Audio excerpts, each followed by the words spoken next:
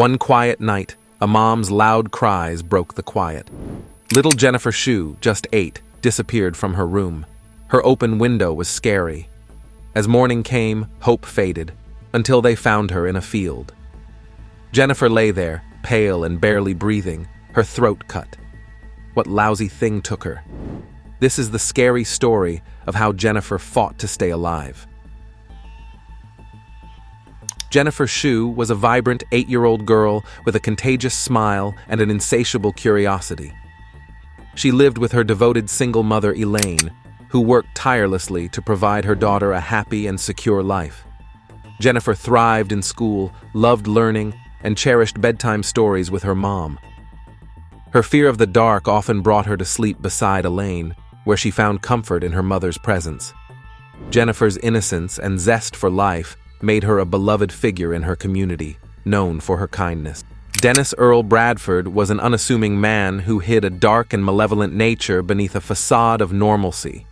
Known for his transient jobs and quiet demeanor, he lived a seemingly ordinary life in North Little Rock, Arkansas. Yet beneath this facade lurked a predator who had committed heinous acts before. Arrested multiple times for violent crimes, including an assault in 1996, he was released early, only to reoffend.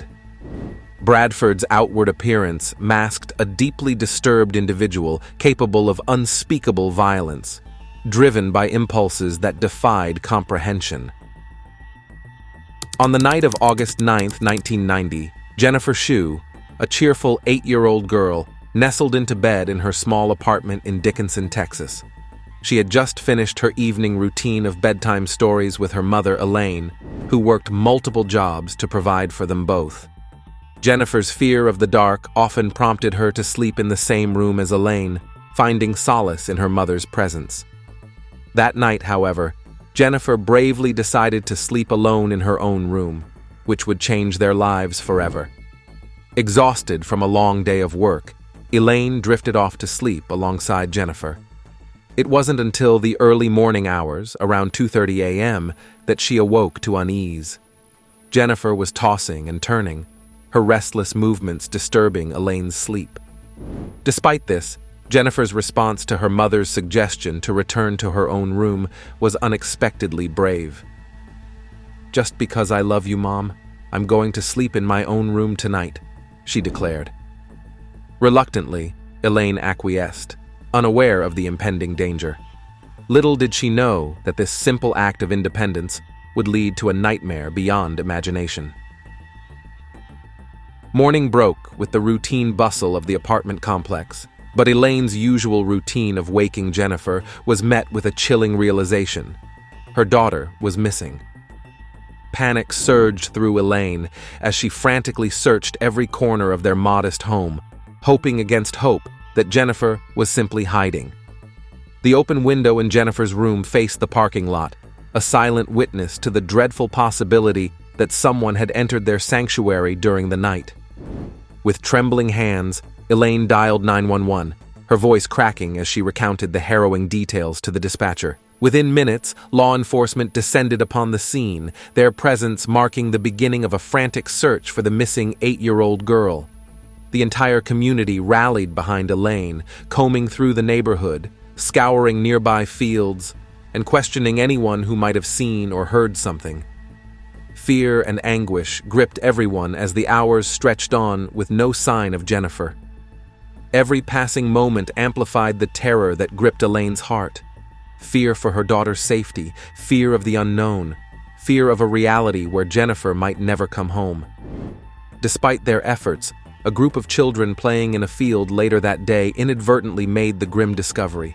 Shock and horror washed over them as they stumbled upon the pale, unconscious form of Jennifer lying in the middle of the field, miles away from her home. Her throat had been savagely cut, and she was covered in ant bites and scratches, but against all odds, she was still clinging to life. The children's horrified cries alerted nearby adults, and soon the field was swarming with police and paramedics. Jennifer was rushed to the hospital in critical condition. Doctors worked frantically to stabilize her, noting the severity of her injuries and the massive blood loss. Her survival was uncertain, but their immediate focus was to stop the bleeding and repair the damage, giving this brave little girl a fighting chance. The police arrived swiftly. Their urgency was matched only by the grim determination etched on their faces. Despite being unable to speak due to her severe throat injury, Jennifer bravely communicated her story by writing notes.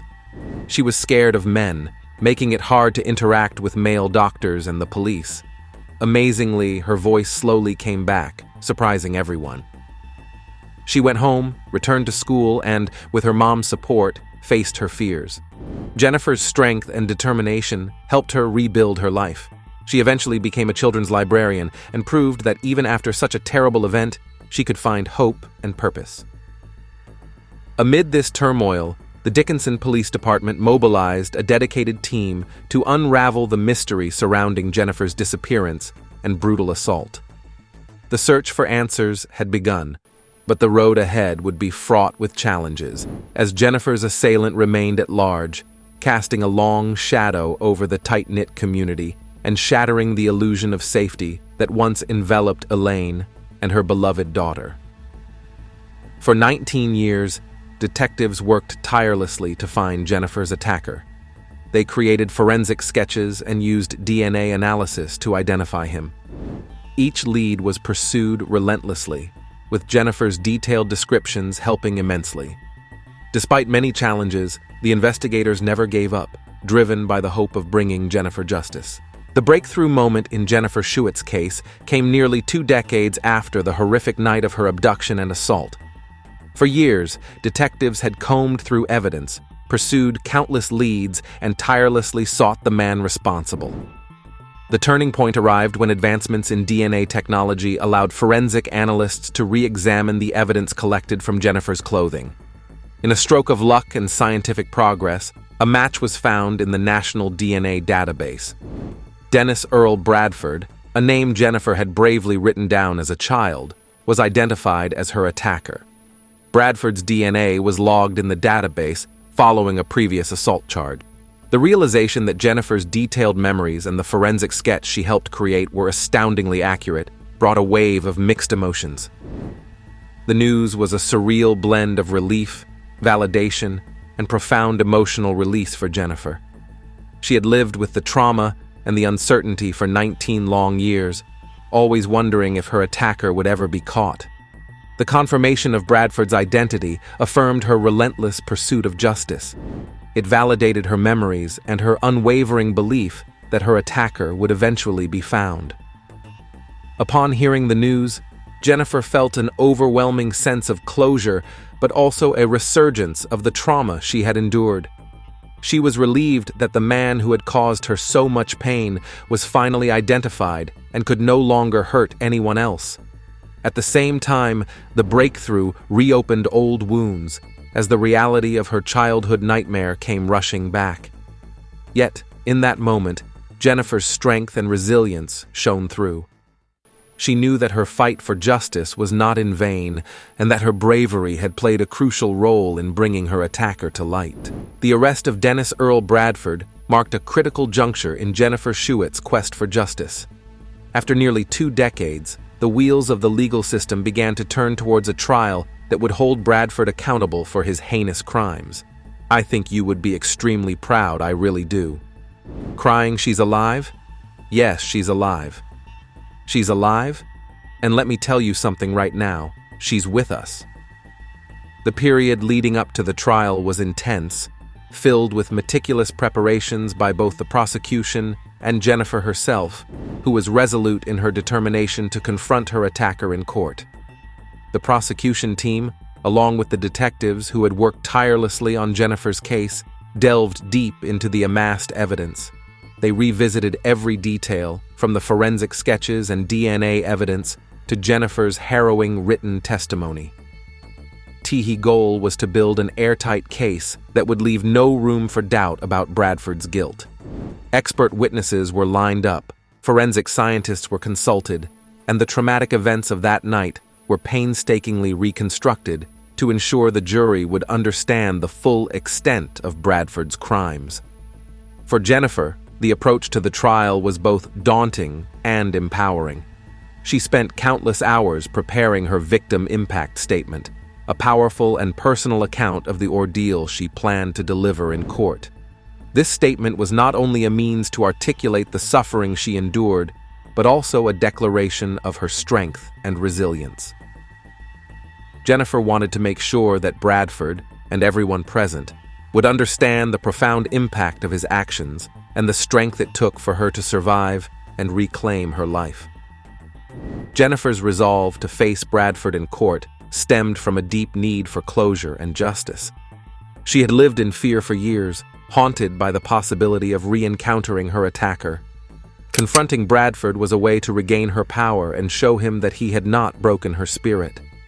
Her bravery in preparing to face him was a testament to her unyielding courage. Despite her determination, Jennifer faced significant emotional challenges.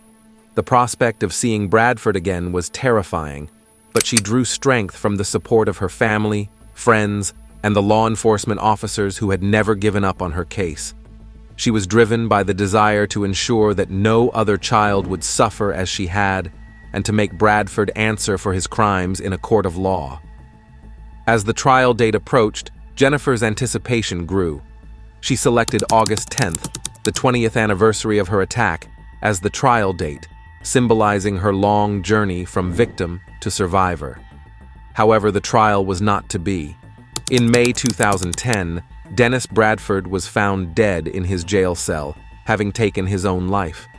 This abrupt end to the legal proceedings was a bitter pill for Jennifer, who felt deprived of her chance to confront him and deliver her statement in court.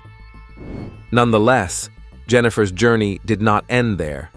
She continued to advocate for survivors of similar crimes, sharing her story to inspire others.